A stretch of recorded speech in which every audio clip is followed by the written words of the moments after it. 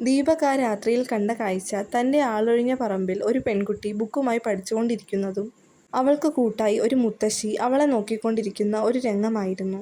ഇതെല്ലാം തൻ്റെ തോന്നലായിരിക്കുമോ എന്ന് ദീപക് ആദ്യം കരുതിയെങ്കിലും വീണ്ടും കണ്ണു തിരുമ്മി ഒന്നുകൂടെ നോക്കിയപ്പോഴും അതേ കാഴ്ച തന്നെയാണ് കണ്ടത്. അവൻ പെട്ടെന്ന് തന്നെ തൻ്റെ ഭാര്യ നന്ദനെ വിളിച്ചുണർത്തി.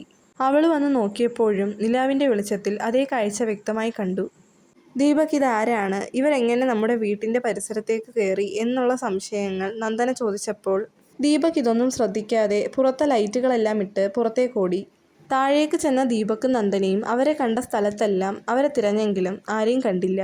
ആ മുത്തശ്ശിയും പെൺകുട്ടിയും ആരാണെന്നറിയാത്തത് കാരണം ദീപക്കും നന്ദനയും ആകെ അസ്വസ്ഥരായി. വല്ലതും മോഷ്ടിക്കാൻ വന്നവരാണോ അവരെന്ന് നന്ദന ദീപകിനോട് ചോദിച്ചെങ്കിലും ദീപകിൻ്റെ പോലീസ് ബുദ്ധി അതെല്ലാം നിരാകരിച്ചു. എന്തായാലും നേരം വെളുക്കട്ടെ, അയൽവാസികളോട് അവരെക്കുറിച്ച് അന്വേഷിക്കാമെന്നും പറഞ്ഞ് ദീപക് നന്ദനയുമായി ഉറങ്ങാൻ പോയി.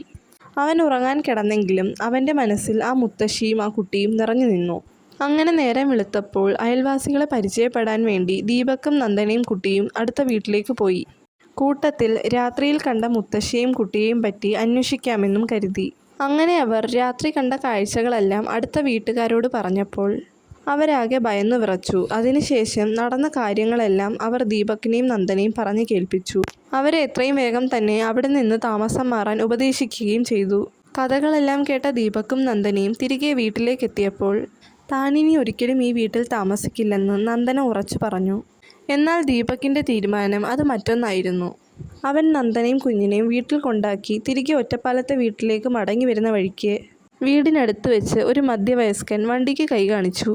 അയാളുടെ മുഖം കണ്ടിട്ട് ദീപകിനെ എന്തോ അറിയിക്കാനുള്ള നിൽപ്പാണെന്ന് ദീപകിന് തോന്നി. വീഡിയോ ഇഷ്ടമായെങ്കിൽ ലൈക്ക് ചെയ്ത് സബ്സ്ക്രൈബ് ചെയ്ത് കമൻറ്റ് ചെയ്യാൻ മറക്കല്ലേ.